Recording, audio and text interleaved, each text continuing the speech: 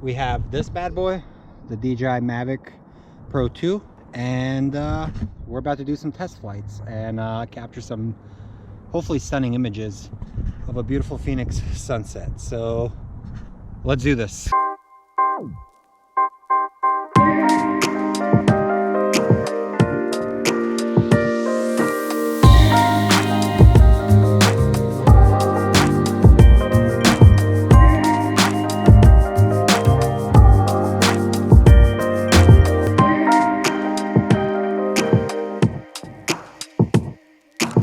In my opinion, it's a very good drone for the money. It's kind of like having a Phantom 4 Pro that fits into your backpack and is more compact.